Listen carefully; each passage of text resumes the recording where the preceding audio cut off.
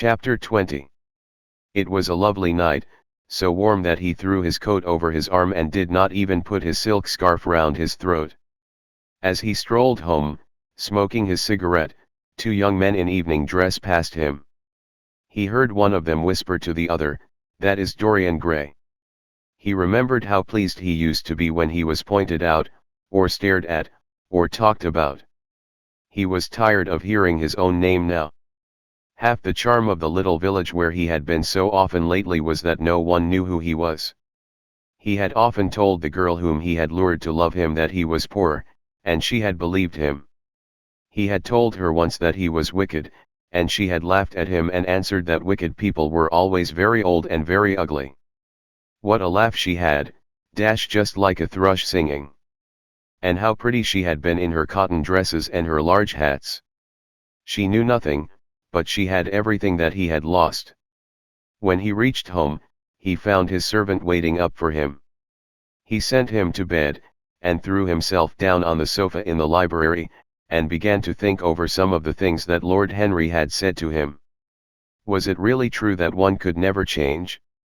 He felt a wild longing for the unstained purity of his boyhood, his rose-white boyhood, as Lord Henry had once called it. He knew that he had tarnished himself, filled his mind with corruption and given horror to his fancy, that he had been an evil influence to others, and had experienced a terrible joy in being so, and that of the lives that had crossed his own, it had been the fairest and the most full of promise that he had brought to shame. But was it all irretrievable? Was there no hope for him? Ah! In what a monstrous moment of pride and passion he had prayed that the portrait should bear the burden of his days, and he keep the unsullied splendor of eternal youth. All his failure had been due to that. Better for him that each sin of his life had brought its sure swift penalty along with it. There was purification in punishment. Not forgive us our sins but smite us for our iniquities should be the prayer of man to a most just God. The curiously carved mirror that Lord Henry had given to him, so many years ago now, was standing on the table, and the white-limbed cupids laughed round it as of old. He took it up, as he had done on that night of horror when he had first noted the change in the fatal picture, and with wild, tear-dimmed eyes looked into its polished shield. Once, someone who had terribly loved him had written to him a mad letter, ending with these idolatrous words, "The world is changed because you are made of ivory and gold. The curves of your lips rewrite history."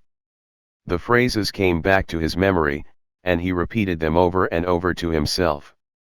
Then he loathed his own beauty, and flinging the mirror on the floor, crushed it into silver splinters beneath his heel. It was his beauty that had ruined him, his beauty and the youth that he had prayed for. But for those two things, his life might have been free from stain.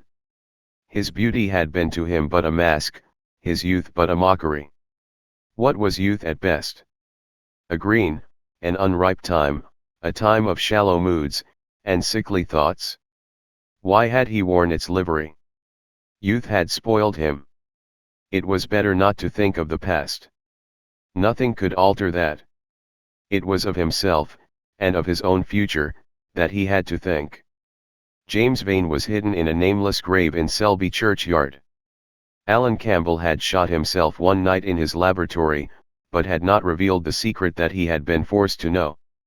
The excitement, such as it was, over Basil Hallward's disappearance would soon pass away. It was already waning. He was perfectly safe there. Nor, indeed, was it the death of Basil Hallward that weighed most upon his mind. It was the living death of his own soul that troubled him. Basil had painted the portrait that had marred his life. He could not forgive him that. It was the portrait that had done everything. Basil had said things to him that were unbearable, and that he had yet borne with patience. The murder had been simply the madness of a moment. As for Alan Campbell, his suicide had been his own act. He had chosen to do it. It was nothing to him. A new life. That was what he wanted. That was what he was waiting for. Surely he had begun it already. He had spared one innocent thing, at any rate. He would never again tempt innocence. He would be good. As he thought of Hetty Merton, he began to wonder if the portrait in the locked room had changed. Surely it was not still so horrible as it had been? Perhaps if his life became pure, he would be able to expel every sign of evil passion from the face. Perhaps the signs of evil had already gone away. He would go and look. He took the lamp from the table and crept upstairs.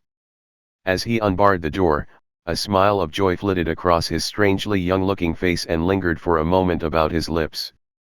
Yes, he would be good, and the hideous thing that he had hidden away would no longer be a terror to him.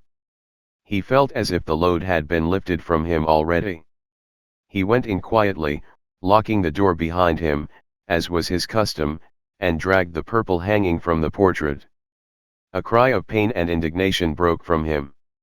He could see no change, save that in the eyes there was a look of cunning and in the mouth the curved wrinkle of the hypocrite. The thing was still loathsome, more loathsome, if possible, than before, and the scarlet dew that spotted the hand seemed brighter, and more like blood newly spilled. Then he trembled. Had it been merely vanity that had made him do his one good deed? Or the desire for a new sensation, as Lord Henry had hinted, with his mocking laugh? Or that passion to act a part that sometimes makes us do things finer than we are ourselves? Or, perhaps, all these? And why was the red stain larger than it had been? It seemed to have crept like a horrible disease over the wrinkled fingers. There was blood on the painted feet, as though the thing had dripped blood even on the hand that had not held the knife.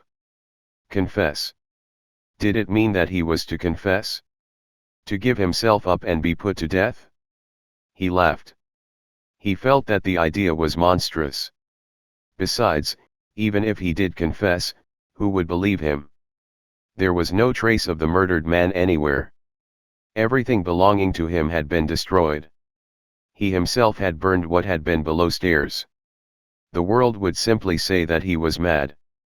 They would shut him up if he persisted in his story.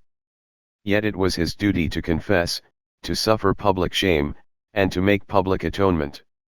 There was a God who called upon men to tell their sins to earth as well as to heaven. Nothing that he could do would cleanse him till he had told his own sin. His sin? He shrugged his shoulders. The death of Basil Hallward seemed very little to him. He was thinking of Hetty Merton. For it was an unjust mirror, this mirror of his soul that he was looking at. Vanity. Curiosity. Hypocrisy. Had there been nothing more in his renunciation than that? There had been something more. At least he thought so. But who could tell? No.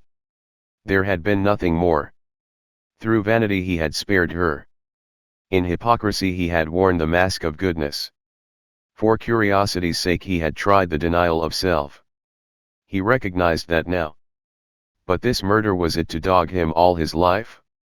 Was he always to be burdened by his past? Was he really to confess? Never. There was only one bit of evidence left against him. The picture itself that was evidence. He would destroy it. Why had he kept it so long? Once it had given him pleasure to watch it changing and growing old. Of late he had felt no such pleasure. It had kept him awake at night. When he had been away, he had been filled with terror lest other eyes should look upon it. It had brought melancholy across his passions. Its mere memory had marred many moments of joy. It had been like conscience to him. Yes, it had been conscience. He would destroy it. He looked round and saw the knife that had stabbed Basil Hallward. He had cleaned it many times, till there was no stain left upon it. It was bright, and glistened. As it had killed the painter, so it would kill the painter's work, and all that that meant. It would kill the past, and when that was dead, he would be free. It would kill this monstrous soul life, and without its hideous warnings, he would be at peace. He seized the thing, and stabbed the picture with it. There was a cry heard, and a crash. The cry was so horrible in its agony that the frightened servants woke and crept out of their rooms. Two gentlemen, who were passing in the square below, stopped and looked up at the great house.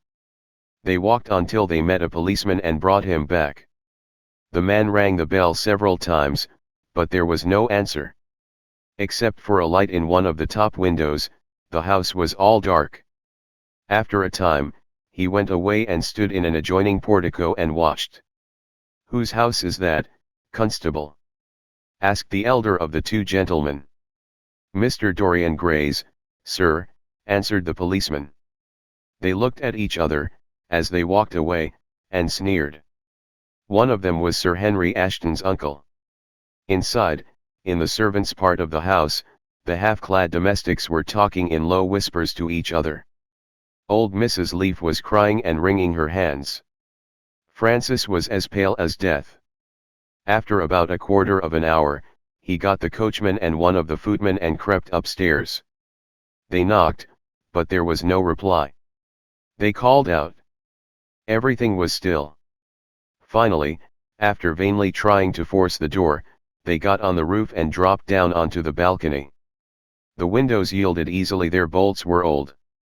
When they entered, they found hanging upon the wall a splendid portrait of their master as they had last seen him, in all the wonder of his exquisite youth and beauty. Lying on the floor was a dead man, in evening dress, with a knife in his heart. He was withered, wrinkled, and loathsome of visage. It was not till they had examined the rings that they recognized who it was.